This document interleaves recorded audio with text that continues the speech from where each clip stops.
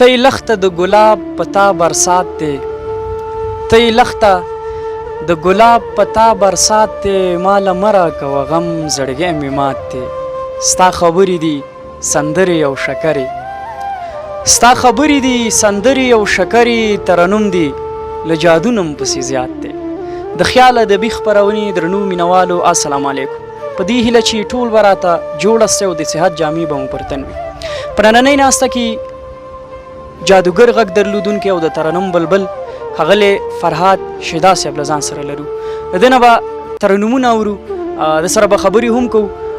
په لومړي سر کې شیدا صاحب ته ښه راغلاست وایو، هرکلی وایو. ستړي مه شئ شیدا صاحب. مننه قربان، زه هم تاسو ته ښه راغلاست وایم، ستړي مه شئ او په خپل وار سره د خیال نړۍ ادبي خپرونې ته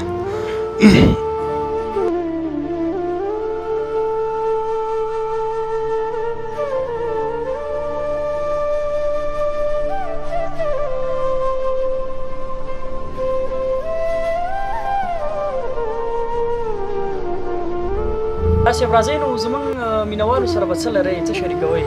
مننه قربان دې شمه.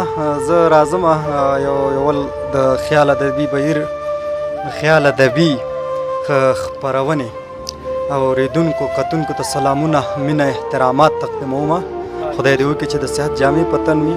بس یو سروکی وایم، خدای دې وکړي چې د لیدونکو خوښ شي. یا د لونګونې څانګې د ګلشاه او زه به سیورې لا درځمه د لونګو، یا د لونګونې څانګې د ګلشاه او زه به سیورې لا درځمه د لونګو. اول مې نه خوړل ګلونه د لونګو، یا د لونګونې اوس په تالا باغچو کې پاڼې لټومه د لونګو، یا د لونګونې پاڼې د ګلشاه او زه به سیورې لا درځمه د لونګو. و زما د څه وکړه چې لاړې د لونګو، یا د لونګونې ځان دې پخپله او بې د دناکه مینا د لونګو، یا د لونګونې څانګې د ګلشاه او زه به سورې لا درځمه د لونګو، یا د لونګونې څانګې د ګلشاه او زه به سورې لا درځمه د لونګو. و چې تا ته ګورم په ژړا شم د لونګو،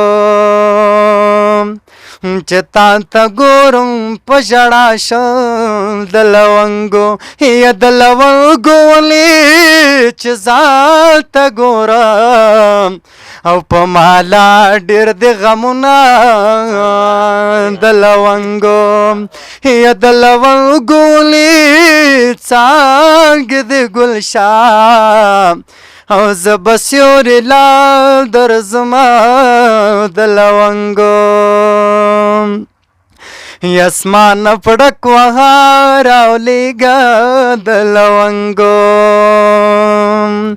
یا د لونګونې په ما ورانېږې او چې په ټولو رانشینا د لونګو، یا د لونګونې پاڼې د ګلشاه او زه به سیورې لا درځمه د لونګو.